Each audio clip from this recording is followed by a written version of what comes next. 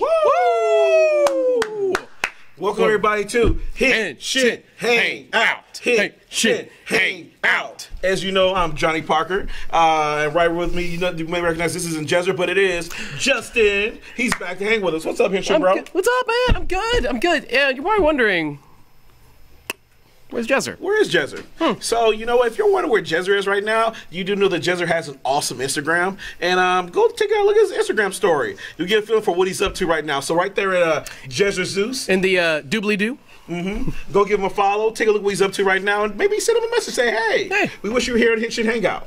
But again, right now, you've got the other Henshin bros in here. And today we talk about some Lupat, some Lupinranger versus PataRanger, and we're also be talking about some Kamen Rider Build. Yeah, we'll just wrap it up towards the end, so we have a lot to talk about. But before we get into that, though, we got to tell them about the TeePublic store. Let's do it. Okay, so plenty of cool shirts available at the TeePublic store. You might even know one of our own, Dame Jerome, has a shirt over there. But also, hey, don't forget to check out Boom. These are the previous Morphicon t-shirts that were available back on the last Morphicon, and now they are available at the TeePublic store. So get all these are obviously at the time of the Pokemon Go craze. So obviously, this is a little combo of Ranger and Pokemon Go, and also the okay, we're moving on. All these other ones, including your popular Deadpool selfie shirts, your Doctor Strange, your Things shirt, your classic hashtag t-shirt, and etc., etc. Exactly. Don't forget, though, you might have saw in there that we had some of your favorite cast members have shirts. So as you mentioned, Battlestar Galactica, and you saw Elle has her own shirt, her little Elle t-shirt. So again, if you get the chance, again, please help support. Again, go around and show your fandom off, and the t-shirts are a great way to do that. And then here's the thing, so when the show ends, you want to keep that conversation going, you should go check out our Facebook page at what's the name of the THS hashtag? So you can go there, keep the conversation going. It's a great place to meet people, talk about all the cool stuff we've been going over. And as you guys know, Power Morphicon is 2 weeks away. Oh my gosh. 2 weeks away. And some of you haven't got a hotel room yet. So guess what? Go into that Facebook group, start a conversation, meet somebody. Maybe you get someone to split that hotel cost with. And if you were watching Ranger Wrap Up right before we did this episode, you also probably know that Joe is hinting at some really cool looking t-shirts that'll be available at the booth, and I just got to see some of them, and you definitely want to see what they come out with. They look really cool. So yes, hope to see you guys there at Morphicon in a couple of weeks. We have we have 14 people, it looks like, joining us tonight, so thank you very much. Yep, let's take a look at that chat room. We got Blackwing in there. What's up, Blackwing? What's up, Blackwing? We got Toku Kid. Hey, Toku. Layla's in there. Hey, Layla. Yo! We got David Dentasi. This episode is someone a little bit new, so hey, David. Let's go up a little bit, see who else we got. We have Edward Sanchez Productions. Yo, Edward. And Ryan, of course, Ryan Infinity War. Wizard Thomas, I know. And did you just assume my gender? What's up, gender? Gender's in the room, too. All right, everybody. Cool. And, well, I don't really put people on timeouts, everyone, unless it gets a little bit out of control. We usually leave that up to McDowell, but if it gets to that point, I may have to put somebody on the timeout. Again, yeah, that's all we got for concerning the TeePublic. I'm going to put the drink down. TeePublic store. Anything else want to bring up? Okay, so what do you want to start at? You want to start with Lupat, or you want to start with Build? Let us definitely start with Build, because things, as we usually do, we tend to sometimes start with Build because Build gets heavy. Build gets deep. Build gets real deep. Yeah, so let's start heavy and light. So let's do that today. Build. So how do you feel about Build right now? Honestly, I'm feeling nervous and scared. Because here's the thing, with this episode, it's kind of like the calm before the storm. Yeah. So in this week's episode, we see that, like, Evolt has made this challenge. Here's the thing, if you want to save the planet, I'm going to fight the four Kamen Riders in this, like, big battle and everything like that. And it's for the fate of the planet. We can see now he can open up black holes and just destroy not only planets and parts of the city and just, like, wipe out people and everything like that. So he's, like, on a whole nother level now. And so I'm a little bit nervous, but slowly we're moving to this final battle. But before we go to that final battle, we get that last barbecue. Oh my God. It is definitely one of those classic scenes of we need something fun right before things really hit the fan. And this whole barbecue scene is this just joy of goofiness and funny, and almost as if they just decided to do a little bit last rounds of silly fun before we hit things hard. And I actually, it's both funny and enjoyable, but I sensed it. I went, you're doing this intentionally. Because you're gonna break our hearts in some ways. Exactly. Like, it was that thing, it was like, as I was watching, watching this was all the reasons why I love Build. Like, these characters. And, like, each of them is, like, unique and special, except for Sawa. But everyone is, like, so amazing, so She's well nice. developed. And, like, if any of them were to die, I would be, like, torn up inside, except for Sawa. But the thing about it is, though, is that, like, as we're, like, watching this, it's like, I'm feeling bad for Grease because, like, you know, I know he's about to go through, like, a heart-wrenching situation here, but I'm loving to see his interaction between him and Mitan again. Oh, yeah. I'm loving Crocodile with his noodles and everything like that. I love he's trying to do his opening speech. Everyone just cheers instead. And then we get that intimate moment right there between Build and Banjo, and I'm like, okay, what are they going to talk about? Like, it was like, because again, they kind of cuts off right there, so it's like, what did Build say to Banjo? Like, what do you think? Oh my god. Oh my god. I honestly don't know. What do you got? What do you have in your brain? What do you have in your head right now about that? I don't know. Like, I'm a little bit worried that he looked at, like, I get a little bit worried that Sento looked at Banjo, was kind of like, things are getting crazy. Yeah. I might have to sacrifice myself. They're going to try to stop me. Yeah. I need you to stop them from stopping me. Right. Or some of those lines. Or, like, I'm going to have to die, but I want to thank you before I leave. And know that it's the only way. Or some along those lines. I don't know, but all I know is it seems like it was something deep. Yeah, and I think that's the thing that's really what I think is really the testament of what the show does well in terms of its character use and in terms of how of the amount of times each character is given. Yes, they do a lot with Kazuman. Yes, they do a lot with Gentoku, and yes, they do a lot with Misora, and then the Sawa, and then but also the show never forgets that it started since episode 1.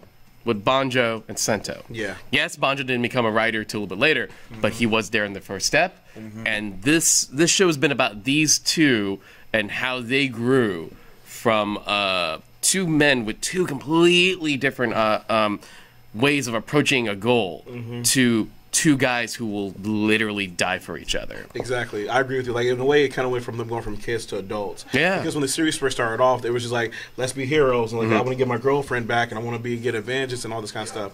But now it's gone to a point where they're thinking about, like, they think about the needs of the many versus the needs of the few. Yeah. And they understand what it means to actually be a hero, what it means to put your life on the line. And we've seen such amazing character arcs. Oh, yeah. Like, again, like in the chat room, they're making Kazuman.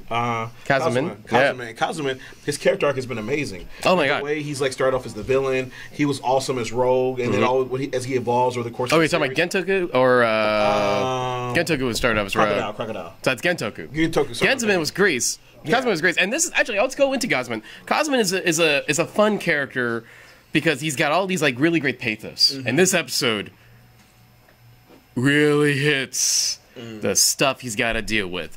But also, like, you know, they've decided on this sort of a thing that like could play off bad if they weren't careful about it.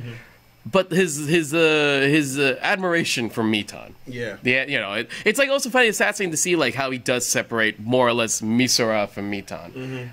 And like, you know, it's the fact that like this episode we'll get into some heavy Kazuman stuff in this ep, but the fact that he also found time for one more, hopefully not the last, we'll see. Hopefully. Kazuman having a mild freak out about his adoration for Mitan, especially I'm talking about the towel scene.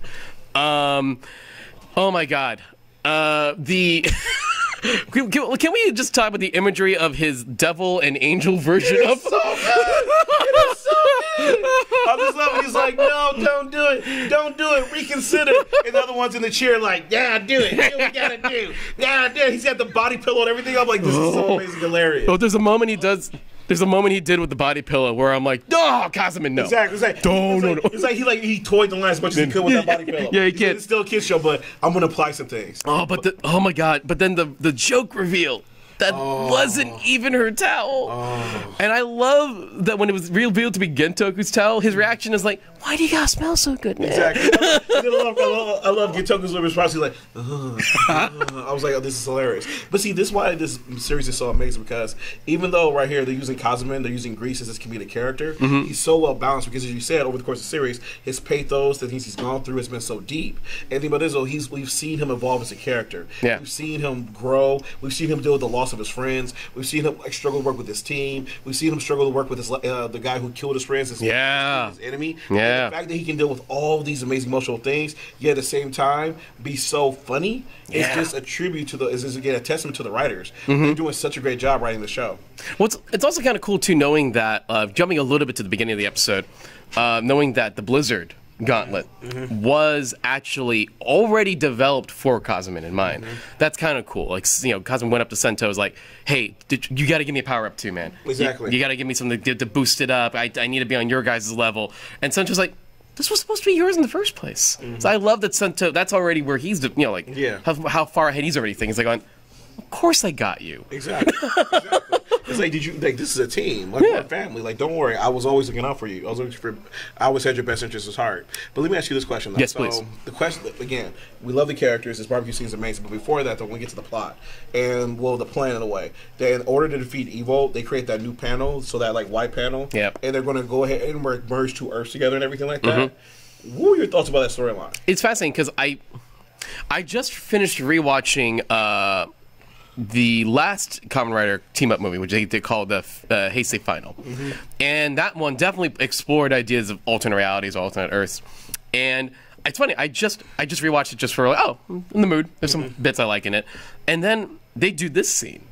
And I'm like, huh, that could be interesting where they lead that. This is a situation where it could be franchise future thinking. Yeah. Where it's like, instead of finding a way for Sento to always, go back into how do we find a way to bring Build for a crossover, even if he's just in the background. You know, how do we have to always say, oh, he's traveling through dimensions, etc. Or is this the answer? Is the answer a merged Earth where the wall didn't exist? Yeah.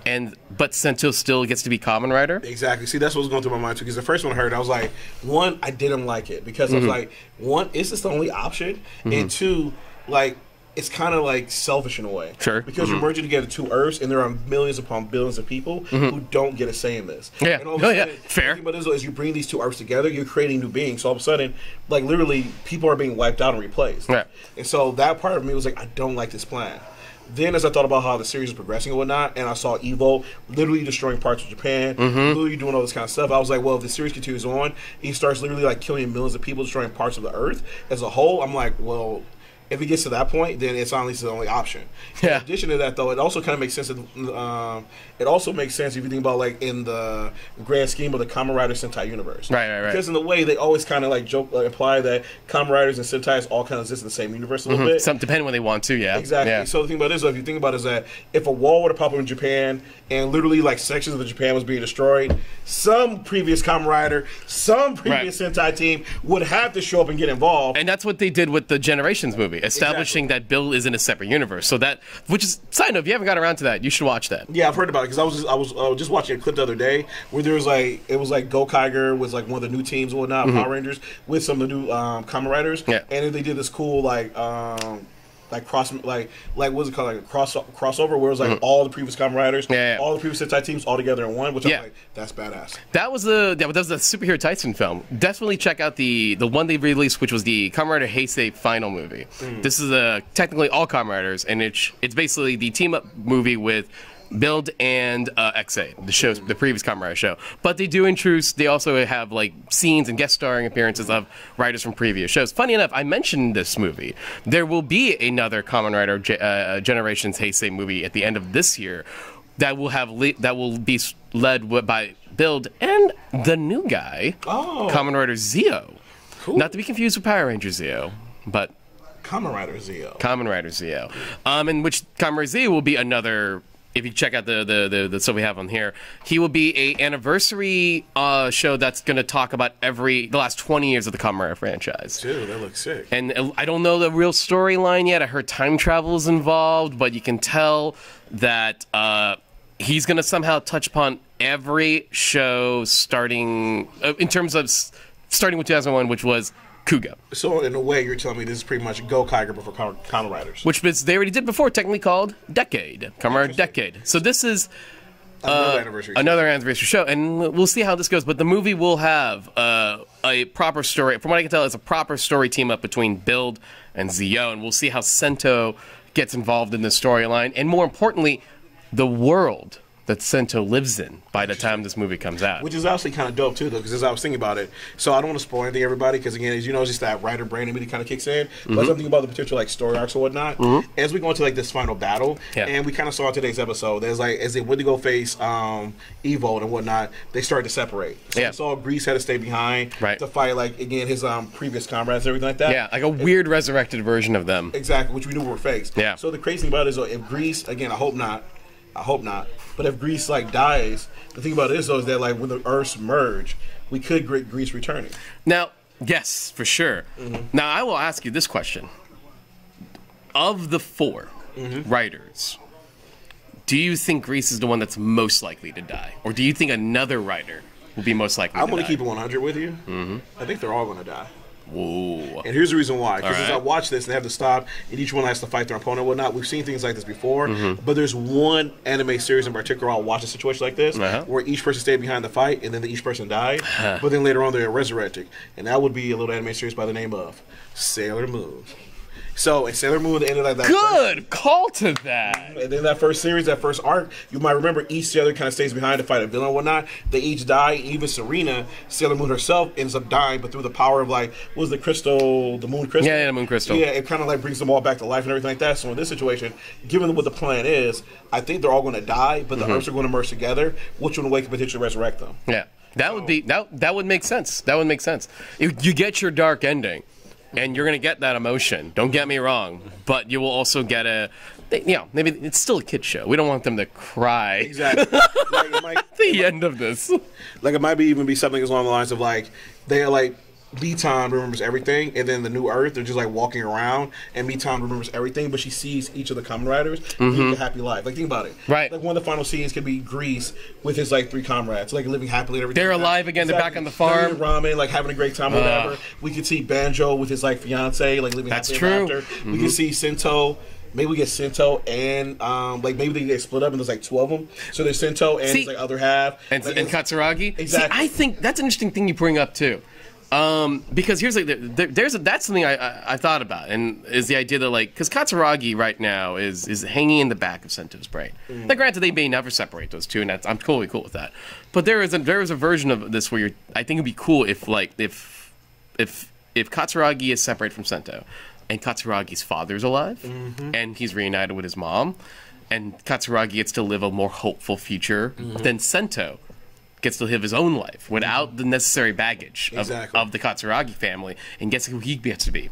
Just Kamen Rider Build. Exactly, just be the hero, which would be awesome. And so again, the final episode has a great deal of potential, and it'll be really interesting to see how they kind of wrap all this stuff up. Like, again, I'm looking really forward to it, and so it's just an amazingly written series. And now maybe we'll wrap up when we talk about this final battle with Grease versus Rebel Comrades. Yeah. So if we get some images of that on the screen, so what do your minds you watch that? Oh man, it's rough because obviously this is Evolt's plan.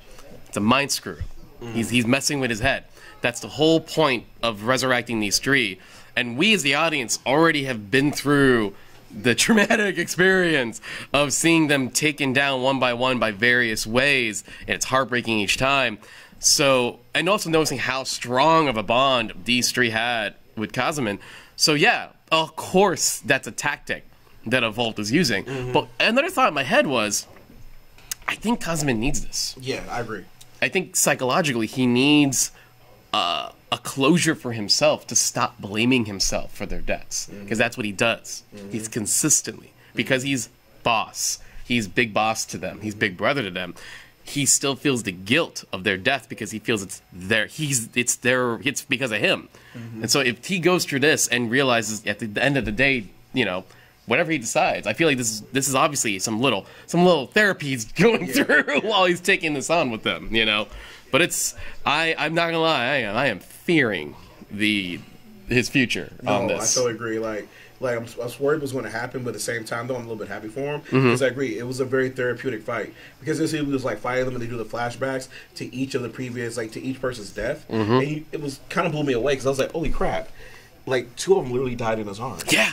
And I was like, oh my gosh, like, what goes through your mind? Like literally your friends are dying in your arms right there, and you feel like you failed them. Yeah. And in addition to that, though, is like, as he's like fighting them, I love that he's apologizing to him. I love that scene when he puts his head down, like, bangs on the ground and apologizes. Oh my god! And it's crazy because again, like I've always told people, Grease is my favorite character because I feel he's the most developed and he's the most mature. Like he doesn't make the typical like decision. Right. Like we're going back to that example. Because remember when they kidnapped people from his village and it was like, if you don't come give us the item or whatever, we're going to kill them. And the people from his village like, he's not coming. He does this for the greater good like every single time. Right. And so he always makes the hard decisions. He's always like thinking ahead like this. And so that's the reason why he's always my favorite character. So in this scene right here, when he bows his head on the ground and he realizes that, you know what, I need to kill this part of Evolt so my friends have a better shot, but I also need to like to lay my friends at rest. Yes. And it's a very beautiful thing. It's a very beautiful thing. So when he decides that he apologizes to Sento and decides to go ahead and brings out that what's it called, the Blizzard gauntlet thingy. But he also takes Sento's dad's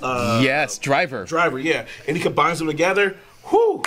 I was so happy, and it was so cold. And I love what he said too. It was like, "Are you ready? Yes. Are you ready?" He's like, what did he say? He was like, yeah. I was like, "Damn, we am." Damn right I am. He was like, boom! I was like, yes. Oh. I was like, why are you so cool? Why are you so cool? He's also literally cold. It's true. And so the whole time, and I love how the snowflakes are coming down, and one of them just like crackles. I was like, oh, it's about to go down next episode. It's about to go down next episode. Also, we'll be happy next episode when Jezzer returns. And don't forget, everybody, check that Instagram to see what Jezzer's up to. Yeah, Maybe seriously. So the thing about it is that hashtag get Henshin Hangout. Exactly. Just so you knows where these are coming from. Exactly. But so the cool thing about this is that when we get back, when Jezzer gets back, I am now officially the winner of the Hot Wing Challenge. Because I predicted that Grease would get a new form. Jezzer said he would not. And so we bet a bet. And so now that I've won, that means Jezzer has to eat a very, very spicy ghost pepper hot wing. I'm so glad I wasn't a part of that plan. Because I would have said I would have been on your side. Would you say he wouldn't have got a new form or would have got a new form? I'm with you. I think he would have gotten he got the new form. Exactly. So I assume he was going to get it. What was crazy was everyone was saying he's not getting a new form, Johnny. He's not getting a new form. Got to eat these hot wings. For the past 2 months, I'm like, I'm going to have to eat these hot wings. Oh my God, these hot wings. But now, Jezzer's the one. I want to point something out. That I can't blame him. We're so late in the show that, yeah, maybe he won't. It's a little bit late, but I also had a feeling, yeah, but come on, like you're not gonna make another toy of Grease. True. You know. Side note, I want to point to someone like I think it was Blackwing who said, or a little bit earlier in the chat, like this ain't a kid's show with all the blood and death they're showing. I know. But it's still a kid show. That's the truth. Want to know why it's still a kid show? Because they sell toys that talk to you. So it's still a kid show. They just feel like kids can handle this a little better. You know. Yeah. Or do you want to see next episode? What was that? No, do you want to see the next episode? Let's do the next episode. Let's see what we got. Because let's see the clips or not clips. So let's see it. Okay, so this is the next episode. FYI. As you see here, next episode won't be airing in Japan until August 12th. So actually, we will not be covering it on next week's Henshin Hangout because there's no episode to cover. But hey, Johnny, what do you see here on the screen? I see a lot of blood. I see a lot of sad faces. And I see a lot of potential death. I'm still insisting that it's a kid's show, but this is a hardcore kid's show. But see, it's crazy because it's like a kid's show, but I always compare it to like Avatar: The Last Airbender. Because Avatar: The Last Airbender was a kid's show, but it dealt with mature issues that even the kids could handle. It's kind of like in season 2, spoilers, when Jet dies, it's like we know this character has died. We know he put his life on the line. He's been like taken away and whatnot. And so it's implied, and kids were able to deal with it. And then Kamen Rider did the exact same thing. So next episode, sadly enough, I think we're going to lose a few people. Yeah. No, agreed. I saw that it's a lot of blood. David Dent. It's true, David. There's a lot of blood. Salva's got some blood in her hands. Okay. Oh, well, we'll mention this too, though, by the way. Layla's right. They did have to sell another toy because here's the thing. I don't collect toys. I'm not a big toy person. I'll totally be honest with you. I'm not a big toy person, but when I do buy toys, it's for my favorite character. Please believe I'm buying a couple of Grease action figures. Please believe on my shelf there'll be a couple of Grease action figures. And like years in the future, when like one of my future children's like, Daddy, what's that? That's one of the greatest men to ever walk this earth. That was Kamen Rider Grease. He was a hero beyond heroes. Come on, let's go watch Build again. He was a farmer, a good boss who loved his employees. He was the best boss. He was the best boss. He was everything that producer Josh wasn't. That's what he was. He was the opposite of that damn evil producer Josh. Oh no, Dad's crying again. Dang it, producer Josh! Don't throw things at me. All right, so overall, what would you give this episode? Out of 5? Out of 5, I definitely give this a 4.8. It's real close. I mean, I gotta be honest with you. The barbecue scene was hilarious. Yeah. We got all those amazing character moments. Like, everyone got like a moment to shine. Yeah. We got a little bit of mystery because we don't know what's going to happen exactly with Sento Toad Banjo. In addition to that, like, the plot is making sense, and we're going to this final battle. Yep. Now, I will say it's a little bit weird that Evolt wants to do this tournament, so I'm feeling like we're going to get a little bit of explanation for this afterwards. Yeah. About why is he doing all this, and I feel like there's something deep coming. This is the first time. I'm giving this a 5 out of 5. Boom! I got to. Like, I'm sorry, this was an amazing episode. My boy Grease got a chance to shine. He finally got a new form. That whole apologize going down to the ground, come with the bloody head. I'm just like, you know what? I'm all in emotions right now. And again, that final change was like, are you ready? Damn right. Hey, boom! Boom was like, let's go to work. It was like, so I'm excited. So I have to give this episode a 5 out of 5. Really, David? Really? He said, do it again, producer Josh. Come on! No. David? No. Really? No. No. All right, so do us a favor. In the chat, do us a favor. Tell us what you give this week's episode. Yes. Out of 5. Like 5 out of 5, 3 out of 5, 4 out of 5, 4.8 out of 5. Like, let us know what you give this week's episode. And tell us what you think of the new form. Did you like Cosmin's new form? Do you like the Blizzard form? I like the new form. It's a good looking form. Yeah, let's bring that up again. That's a nice looking form. I've been Bill's designs have been mostly pretty great to me. Like, they're obviously, you design a new thing every other week. Not everything's gonna nail it, but overall, Bill's designs for all the characters is it's amazing. Thanks DDT. Thanks DDT cosplay. He's getting my back. He's gonna get David for me. Thank you. There you go. There you go. All right. Okay. So moving on. Also, by the way, everybody, don't forget we also have that super chat button. So we do. Way in there. Please help. Please. Again, helps keep the lights on. As you know, every little dollar and cent that we get pretty much goes to make the show better for you. So don't forget a chance to use that super chat. And then we also have a new sponsor. What is it? Boom! If you have been enjoying the Power Rangers Legacy War video game, Enway is a sponsor for us. Also, don't forget, they will be doing some cool stuff over at Power Morphicon over for Angel Grove Prom. But yes, Enway, Power Morphicon. I literally just downloaded the game for the first time right now, and I was distracted to prep this episode because I was learning how to kick and punch. So nice. I saw him. He was getting ready for it. I was getting ready. I'm like, oh, I got to do the show. So look at these lineups. Look at all these folks you can play. Also, yeah, I mean, like, if you were watching Ranger Wrap Up, I'm pretty sure we can probably give. Yeah, we can if you super chat us, we can probably give you a special code. So help us out. We'll be happy to give you a few special codes. All right, so moving on. So now we got to talk about. Well, that's appropriate. We talk about Power Rangers. We might as well lead into the Sentai show. Exactly, Lupat. So Lupinranger versus PataRanger, which has historically for the past few weeks, you haven't been here for it. Yeah. Jezzer have not been the most impressed. Right. So let's start off. So what were your thoughts on this week's episode? Well, I remember talking to you about this during Comic-Con, and I've realized something. I have to prep myself as I was getting ready to come back to the show. It's been a while for me. So I know for you for sure, you're not sure about the show right now. I've actually been loving the show since. Really? I feel like Toku Kid. Whoa! Toku Kid Thank you. That's $1. I'll take it. Exactly. Doom, of course. Get another one. You get another one, Toku Kid. Okay, so boom. I won't go too far because we have to go into this episode. But for me, as a guy who's watched so many Sentai shows, I feel like for me the storytelling is probably some of my favorite in the last couple of years. Really? I think for me. Okay. I think for me better it's than Q-Ranger? Yeah, I'll say it. Wow. I will say it. Wow. I will say it. Wow. I'll admit, I haven't finished Q-Ranger yet. Jezzer loves Q-Ranger, and so he compares it. So for him, it's kind of been like taking a back seat to that. But how come? Okay. For me, I like Q-Ranger a lot. I love the characters in Q-Ranger, but for me, the problem with Q-Ranger is economy of characters. Okay, I can see that. And it's 12 Rangers. I know the show's 9 Rangers, but they had 12 at the end. Yeah, they did. Yeah. And the problem is, at the end of the day, way too many characters were underdeveloped. Way too many characters were left behind. There were plenty who got great stuff, obviously, but I feel like the fact I can think of probably 3 to 4 that I'm like, you could have done more with them. That is the failure. That's the one big failure for Kyuranger for me. And there's a couple of choices they made where I'm like, I'm not feeling why you did that, and I feel the villains are kind of not interesting at the end of the day. So economy of storytelling for me was sort of iffy on Kyuranger, even though I love the characters. So for me, Lupat, I'm loving the economy of storytelling. This is me personally, you know. So he wants another one. He wants another one. He wants another one. He got it.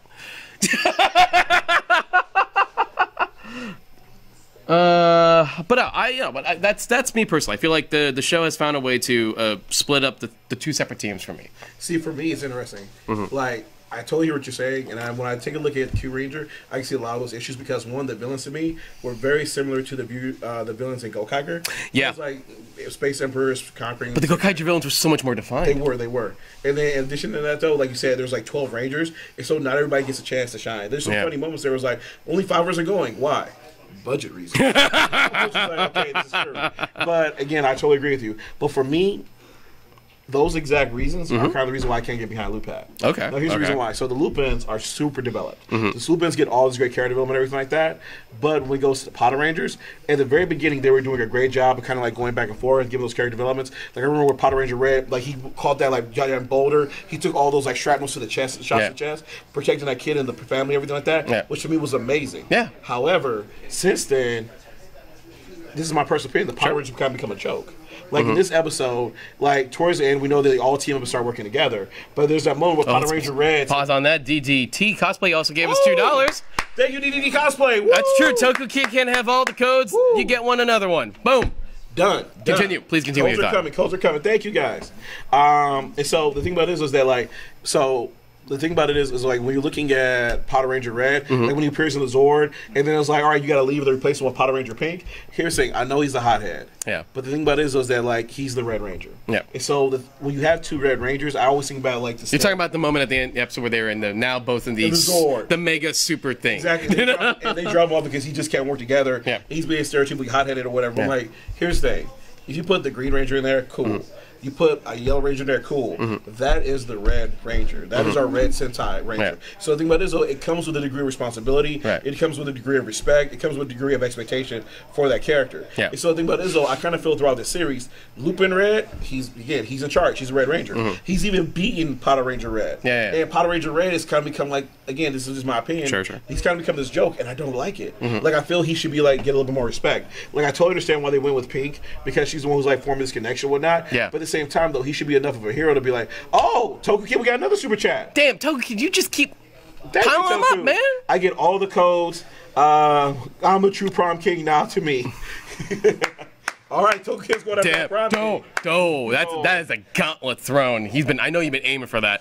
Yeah, continue. So for me, the thing about this is that, like, again, when it comes down to it, PataRanger Red to me is one of the few characters that has some of the best intentions of why he's a hero. He's a hero because it's the right thing. Right. He's a cop because he wants to help people. And so at the end of the day, when you think about those motivations and you think about how the way he acts in the field, it doesn't go along with who that character is. It's a little bit imbalanced. So for me, that's probably the reason why when I watch the show, there are moments that I enjoy, but there are moments that kind of take away from me. Like also going to that point you made about the villains. In Kyuranger, you felt the villains were undeveloped. But for me in this series, up until like these last couple episodes where we got these trio, the villains have been kind of like wishy-washy. They're just like monsters of the week. I'll agree with that. Again, like the big boss showed up one time, flicked his pinky at him, did a lot of damage, but after that, it was gone. And so it's like, what is the gangler's grand goal? Are they just a crime syndicate? Are they trying to do something? Are they just causing mischief and whatnot? So that's like part of the problem for me is that like when I look at this series, the PataRangers aren't getting enough respect. The villains aren't really doing anything. So for me, that's kind of what holds the series back. And so if they did a better job of that, like developing the PataRangers more and also putting the spotlight on them on more occasions, I'd be more behind it. But I get where you're coming from, though. Well, I mean, compared to Kyuranger, I haven't watched it yet, but I can see where you're coming from. And I'll be honest. I mean, like I guess this is where the line will be divided between you and me. I think the PataRangers. I legitimately love how the PataRangers are being developed. I don't. Sorry, man. I think Keiichiro is, for me, I think Keiichiro is a hero that gets all the points you just said. But the reason why I'm cool with him losing his cool in the robot, for me, is that is the Captain Ahab element of him, that he just can't keep his cool, and that's why he still has a lesson to learn. Lupin Red just gets that to him. He's such a hothead, and that's established in the opening credits of the show. It is. That he's always a hothead, and Lupin Red will be that thing that triggers him. And for me, that works. And like specifically, I think it's great that it's Tsukasa who gets into the cockpit with him, because it is her call. That is her call on the battlefield. And I love that there's a shot in it where they go up to Lupin Red and go, and Tsukasa is leading the charge of, we're here to help you. And Lupin Red looks at Sakuya, and he's like, then looks at Keiichiro, and he's not even looking at him because he's disgusted by the idea of it, but he knows that Tsukasa's right, and he's gonna go with the plan. But and for me, this is why, and the show has to keep going, right? No, I agree. Yeah. And the show has to still create these conflicts because we have to go up to January or February to finish this series. So for me right now, this is why I'm intrigued by it. It's like you have two separate teams, and the unique thing about Sentai is that Sentai is about teamwork, except this time it's about two teams who don't want to do teamwork. And I do like the moments where every once in a while, they will find that bridge to share and agree with. But Keiichiro is the one that has to figure it out, and I think he's got to be the one who's going to figure it out last, and I kind of don't mind that, personally. Oh, man. Well, I understand what you're saying, and I totally get it. Because as they're going to battle and everything like that, and then the Pink Ranger, like you said, like when Lupin Red kind of looks at them, he's looking forward ahead, it's like, I totally understand. You are a criminal. And so when they get into the ship, I would have loved something along those lines. He's like, I'm only doing this for the people. I'm only doing this because we have to save people's lives. Yeah. And then they go through, and I'm doing this because of what PataRanger Pink told me. But then at the end of the episode, as soon as the monster decide, while they're saying a dude, he takes out his gun and shoots Lupin Red. And tries to arrest him like right there, blast him out of the ship and everything like that. They're down on the ground. He's trying to arrest him again. He's like, "Whatever, we just work together. You are still a criminal. You're still breaking the law. You're going against justice." True. Had he done something like that, I'm like, cool. Totally fits his mission, right? And I get you because the problem, and I get you because again, him being this hothead. But the problem with this, though, I feel like they're doing it not because of those great character reasons you're bringing up. I feel they're doing it because it's more comedy relief, and that's the reason why when we watch Kamen Rider Build, and we look at Kamen Rider Grease, he is hilarious. Oh but he's also very balanced, right? And so when I look at the PataRanger, I'm like, he's hilarious being hothead or whatever, but I need more balance. I need a little bit more of that. I guess that's balance for me, but I don't know. Yeah, that's how it is. But I feel you though. Yeah. And I think that's probably the reason why, like, in a way, I kind of prepared this like series to like Batman v Superman. Sure. It's a very like divisive series where there's a lot of people who are really liking it, and there's a lot of people who are just like, I'm not enjoying this as much. Yeah. Well, it's an interesting comparison because I hate Batman v Superman. Yeah, I'm laying it out there, but I'm laying that out there. But I love the show. But that's me. I will say the unique element of the show, in terms of right now, and a character who has definitely been needed for the story to move forward, is Noel. Yeah. Because Noel is an interesting middle point. Of course, LupinX. He's an interesting middle point in the show right now because he is a guy who is essentially, he is both. Yeah. And the fact of the matter is that, like, the fact that we know that he's the one who made the change devices, and the fact that we know is that he is definitely a cop, but somehow his motivation is, as we find out in this episode, his motivation is similar to the Lupin Ranger for some reason. So he is a man who's going to play with both worlds, and I didn't consider the idea that he might be the one that will bridge the two teams together, but it is interesting. Now, I mean, I will be honest, in terms of extra Rangers, and I see my fair share, I'm not sure how I feel about him as a character yet. I'm fine with him. But a friend of mine did remind me that 3 episodes into Gokai Silver's first appearance, I was not into him either. First 3 episodes. In the first 3 episodes, I was like, "What is this dude's deal?" I wasn't into him. I was very much, and also the show played too hard on, look how cool he is, look how cool his robot is, and I'm like, his robot was amazing. I mean, his robot is pretty much a Dragonzord. So when that showed up, I was like, it's a Dragonzord with time travel parties. I'm amazed. It's great. Keep going. Side note. He ain't wrong.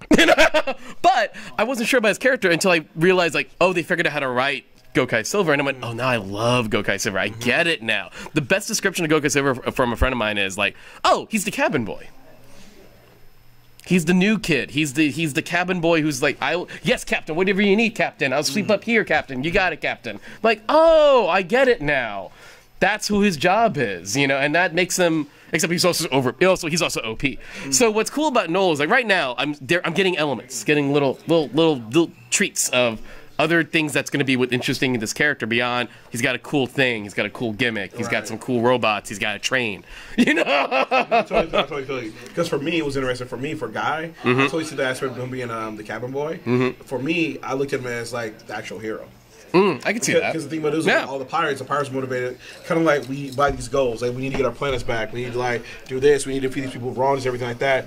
He was that person showed that was like, no, we do this because it's the right thing. Right. We save these because it's the right thing. We defeat the evil because it protects the people. Yeah. He was the only actual hero. Like, in a way, this is great compliments, but I was like, oh, that's Naruto. So I was like, so when I saw that, I was like, I'm on board, guy. Let's do this. We're Rasengan for days. I never thought of that, but that's super on point. Let's talk about the big combiner robot. What's your thoughts on the robot? I don't hate it. Like, when it all came together, the fact that you get their own sections, I thought was like kind of cool or whatnot. I thought it would have been a little bit cooler if that, like, instead of them having like, okay, we got 2 PataRangers over here, 2 Lupinrangers, and the 2 up there, I'm like, if they each were together, so you had like the PataRanger pink and PataRanger yellow, PataRanger PataRanger pink and Lupin yellow, PataRanger green and Lupin blue, done that way. I'm like, oh, now this is like actually kind of tricky. That I think I would have liked a bit more, but overall I liked it. I liked the way like all the Zords got used. It was the first time I could kind of see the Zords individually. Also, I gotta say I like this fight. Because it was mostly CGI. To see a monster like start climbing on buildings and do all this kind of stuff, like, and the part was like, look, I know this is CGI, it's not a dude in the suit, but I'm totally okay with this because sometimes a dude in a suit can't do what you got to do. But it's the thing, no, it's like the beauty of knowing that it's a suit. It's like, oh, we know it's a guy in a suit, and it's like, so the CGI is just like, listen, I know it's CGI, but why do I give the suit such a forgiveness? Yeah, because I know it's a guy in a suit, and I love that. But also, like, hey, listen, if I know it's CGI, screw it, go dynamic. Exactly. If you're gonna do CGI, have them climb on buildings, have them jump around, have them do all this kind of stuff. Which was kind of cool, and I was like, damn. It was literally the first monster fight. I actually want to watch how this turns out. Thank you. Because that is my. As much as I claim myself to be a big Sentai person, I usually tap out when it's a robot fight. Same, exactly. You skip it because I know how it's going to go. I know it's going to go. Situation, it was actually interesting. It's actually interesting. Now, I saw that Toku Kid just said the mecha is ugly and lazy. So here's what I will say. It being giant is cool. Each of them having their own cockpits like that was cool. Yeah. The fight itself was cool. Yep. Now, to be honest with you guys, not many mechas impress me because the problem is, though, mechas need an individual look, they need that distinct look, and they need to stay with that distinct look long enough for me to gain some emotional attachment to it. Yeah. So a lot of times in the current Sentai series, because they change it up like every episode, with a new arm, a new chest plate, blah blah blah, I don't have that emotional attachment to it. Like, for example, if I see the original Megazord, I can see the original Megazord step on attack, and I'm like, no! Well, some of these current Zords, like, he lost an arm, he's got 5 others. Yeah, I don't care. God, whatever. Yeah, you nailed it. That is exactly my problem with the final robot Megazord thing. It's just like, I can't be attached to it because you always change it every freaking week. Exactly. If you want to, new weapons, totally cool. Weapons are badass. Yeah, fine. So add on a new gun, add on a new sword, add on 2 swords, do what you want to do. You want to add like a little thing on top or whatever, it's like, cool, that's fine. Yeah. But keep the base body the same so that way we can identify it. Yeah. Because that way you begin to connect with it. Yeah. And honestly, with the current Lupin system, because Goody's the main component, and that whole thing is just like that black and red right there, it's like a giant mass, it kind of makes it kind of boring looking to me as well. So. Yeah. No, I agree. And that's kind of my... I'm 100% with you. It's just... The mecha stuff has always been like... Just... Those reasons to me is the reason like, just can't get into it. But funny enough, part of my other problem with mecha battles is just the fact that they're just, especially when they get too big, when they get to like, when they get to Ultra Zord mode, it's just they can't move. They can't barely. If you watch the Shinkenger, the final mode in the Shinkenger robot is hilariously too big. It's like he's on a thing that Jabba the Hutt was on, and it looked like someone was pushing him behind him. It just doesn't look that interesting. So here, at least, like, oh, okay, with the advent of CGI, at least this thing could move. And move with some dynamic, action scenes in it. So, yeah, the design is, it's clunky. It's clunky, yeah. But at the same time, though, they've all been kind of clunky to a certain degree. So we watch this fight scene and we see a cool fight scene, we see a cool finish, we see two teams working together to have them working together. Yeah. All those things kind of overlap the clunkiness of the robot because again they all look clunky to us. So the fact that we had an actual cool fight scene kind of worked out for me. You know, actually, I'm intrigued by the idea of the switching the main cockpit thing. You know what I mean? Like as we saw here, guys, it was originally the two Reds and then Tsukasa jumped into that. So I realized like that's a story function. The future storylines when they have to team up to combine their own. That side note, I'm praying to all goodness that they don't go to this ultimate mode all the time. I just try to make this special reason. try to once in a while.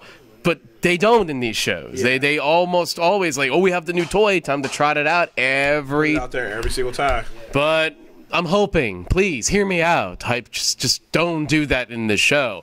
And when you do, then it's like a reason. You know, it's like, oh, we have to team up again.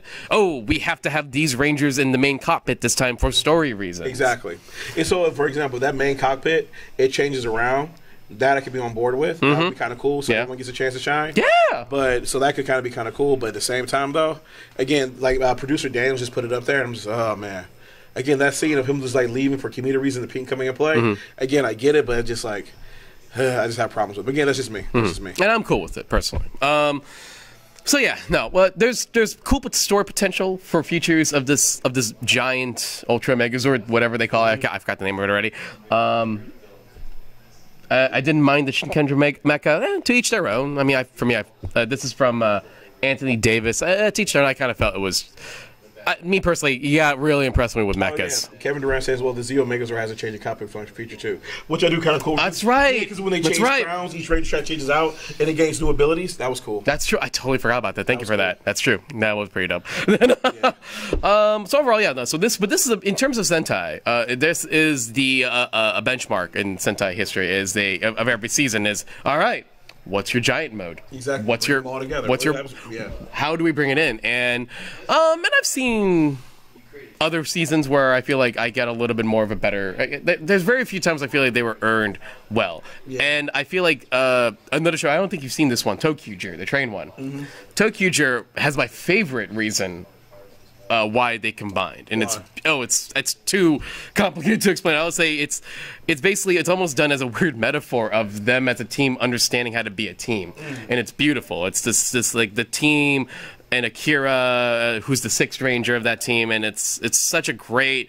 Like my mind was blown that you found a way to do it's time to create the giant toy mode, but make it sort of like us understanding how to be better friends, and I went Nice. See, that's cool. That's cool. See, for me, every time I see the giant robot coming together, I always go back to the original first time I saw the giant robot come together, which of course is Ultra Zord. Yeah. You have the Megazord going to Titanus. And then the Dragozord come on down. It's like the shoulder missiles and everything like that. And again, every time I see that, I'm just like, oh shit. And so for me, it's like when they all come together, if you're not beating that, I'm not going to be that impressed. Well, I mean, like I said, I remember when that happened to me too, when I first saw that sequence as a kid, I was like, that's a thing? Exactly. They can do it. They can be one big old thing. I mean, I get why they can't do more than that, other than just.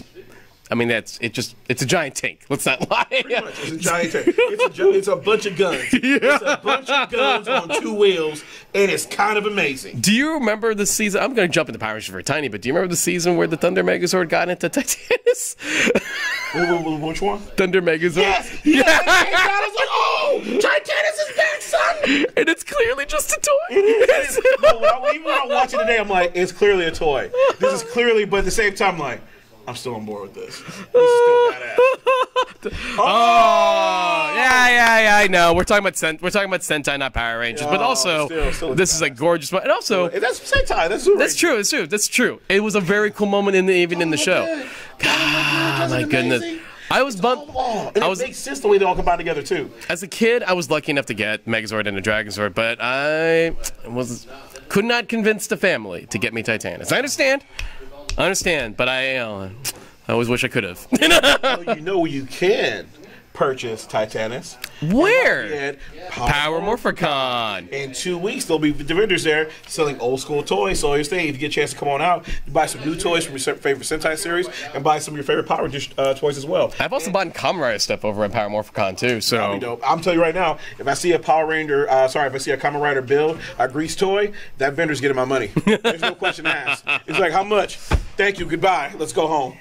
Oh my goodness. Actually, that is something that like another thing I was looking forward to about Power Morphicon. I know we're talking about Power Morphicon for a little bit. Is like, here's the thing. Power Morphicon, yes, it's all about Power Rangers for good reason. It's in the name. But the second time I went to Morphicon, I was blown away because I realized so many Sentai cosplayers were there and Kamen Rider cosplayers were there, and that is why I realized, like, oh, we've agreed that this is where we can all meet and come together. And so, like, I remember as a guy his entry show was Kamen Rider Forze, I freaked out when I saw a group cosplay of Kamen Rider Forze kids at Power Morphicon. And I can't wait to see the Build cosplayers at Power Morphicon. I can't wait to see the Lupat cosplayers at Power Morphicon. I saw a dude who did an amazing Pat Ichigo cosplay at AX, at Anime Expo. And I'm pretty sure he's going to be at Morphicon, and I can't wait to see his costume up close. Honestly, like, for me, because I've told you guys this story before, the series that got me into Sentai was Go Kaiser. Oh, yeah. That in America, I didn't catch on because Power Rangers Mega Force didn't catch on that strong. So no. I'm looking forward to seeing the Go Kaiser cosplayers. Yeah. If actors show up from the show, like, oh, Lord. If Marvelous came, Marvelous son. Dude, I'd fanboy out. And then don't let, what's the Yellow Ranger's name on there? Luca. Luca, oh. That's the thing. When if Luca came, I would embarrass myself. That's very true. Sorry, same. My name is Johnny Parker. I'm a humble comic book writer. But will you marry me? I'll do the best I can by you. I remember last Morphicon, I saw a Luca cosplayer, not a Gokai Yellow cosplayer. Really? Just a straight up Luca cosplayer. Oh, that's so cool. And I'm like, you're Luca. She's like, yes, I am. That's dope. So no, like that's. I won't propose to her, but I'll rock. No, that's a bro. Yeah, no, exactly. Good job. It's like good costume. Now, but yeah, that's Morphicon, and yeah, that means if you're watching the show and you love Toku, what? Oh, Black Wing was like, I would faint if him. She is such a darling. Oh, Layla, that's my favorite line too. It was like, Baka. I was like, oh, she's so gangster. She's so gangster. Oh, see, if someone did a Luca t-shirt, that's the t-shirt. It's a face of Luca and then the words, Baka. I'm gonna try this in school year. I'm gonna mess with my students and just throw the word Baka and see if anyone will pick up on it. But like, why'd you break your pencil? Why'd you throw it against the wall? Baka! I'm a good teacher. I would never do that to my kids. I'm a good teacher. I would never do that to my kids. Or would I? No, I wouldn't. If you're one of Johnny's students, please let us know how you actually. All right, but so overall, what would you give this episode? I'll give this episode a 3.8. Not my. There's a lot of really good stuff from it for me, but not enough for it to stick out the way like the Build episode we just saw came in. Yeah. You even touched on some of the cool stuff with Noe, like he was like sacrificing himself, put himself on the line. That was really cool. How cool the monster was in this episode. The fact that they figured out that the open gold safes, it takes two. Go ahead. No, sorry. Yeah. It takes like two of the safe combat there, two of the morphers to break the safe and everything like that. So overall, I thought the writing was really smart. I thought they thought the monster fight on and everything like that. So overall, I thought it was a cool episode. It hasn't really impressed me yet, but I would say again, I was upset with the stuff that happened with PataRanger Red. But overall, I give it like a 3.5. Okay, cool. That's a pretty good. I'd say that's a pretty good week. And don't forget, in the comments, let us know what you would give it. Like, what would you give it? Yeah. Okay, let's look over here. I see that Leha gives it a 4.5 because she loves Noel. Totally fair. Build from Kevin Duyan. Build is a 8 and is a 7. I'm assuming out of 10. We didn't say that. We said out of 5. I'm kidding. 3 point out of 5 for Blackwing. Okay, cool. Any other thoughts? I think that's about it. if anyone sees a grease toy, Power Morphicon, guard it with your life for Johnny. No. Good luck, DDD. Cosplay. You're watching out. You're watching out for him. Thank you. Thank you. With any toy will do. With like a sofa bee be good enough for you? Like a little, like a vinyl, like a soft. He won't move. Is that good enough, or do you want like a posable thing? I don't know. I might want a posable one, so I can put them in different places and everything like that. Especially if we can get both forms. Like the new form is so new. I'm not sure if we get to Power Morphicon in time. Again, but if I could get both, that would be so sick. Like this new form is amazing. You ever heard of candy toy? You ever heard of those? What's those? Candy toys are like they're like really tiny. That you can get at a grocery store, and like you have to build it yourself. So I don't know if you're down for that. I get bored this time, so it might work out. Boom, boom. Any grease toy. Any grease toy. Show it to me and then let me see it on me. But again, if it's an action figure, Boyakasha, it's a statue for a reasonable price, it's coming home. It's coming home. All right, so again, so that's it for this week. So Justin, where can everybody find you? You can find me on Twitter at JustinKeys, Instagram at JustinQuiz. Again, you'll probably already know about my 2 monthly podcasts. One of them, of course, is Nothing New, a remake podcast. Our next episode in a couple weeks will be about Fahrenheit 451. So we're talking about the recently released Michael B. Jordan starring a third version of the story and the original True Phil film. I just announced this on Ranger Wrap Up, but if you're listening to Benview and Spielberg, we are retiring the show. Why? You're gonna have to listen to our episode to find out. We'll be recording that episode sometime this month. Hear our new episode. We will discuss one more Steven Spielberg directed project that we have not done yet. And you'll hear the future of the show and why we decided to retire the show. And the next show that me and my co-host will be putting together. Dope. So we're not done doing shows together, but we've decided it's time we're going to retire Benview and Spielberg, and we'll explain in that episode. But speaking of power, well, the cool thing is you're just going to keep going with something else. Exactly. Now, of course, we are. Like we just talked about Power Morphicon quite a bit. I just guest starred on this week's episode of Ready Set Geek. Oh, cool. In which I discuss Power Rangers. Dope. It's an intro to Power Rangers, and we discuss how I got into the show, my love for Sentai, my favorite episodes of the show, my favorite seasons of Power Rangers. Nice. I also do this. With Jimmy Reyes from Angel Go Radio, and that's available now to download on iTunes, etc. So that is available to go for your podcast listening needs. Of course, again, I'm here to keep pushing the webcomic I co-created. Shining Yusha, still available for free on Tumblr or Facebook. And Johnny, why don't you go ahead and tell people where they can find you and your next projects. Well, you can find me at JohnnyP313 on Instagram and Twitter. I'm always there. You can find me at JohnnyP313 on Gumroad. You can purchase a couple of my books there. And if you're in Portland in a month, I'll be at Rose City Comic Con. Nice. So you can come and buy my booth. I'll be selling books out there too. So it'll be good to see everybody in person. And of course, you can find me at Power Morphicon. I'll be throwing it up, going crazy at Angel Gold Prom. So if you get a chance, come on through. Love to see everybody in person. Palm Springs. Are you doing Palm Springs? Oh, and also be at Palm Springs Comic Con at the end of the month. Nice, cool.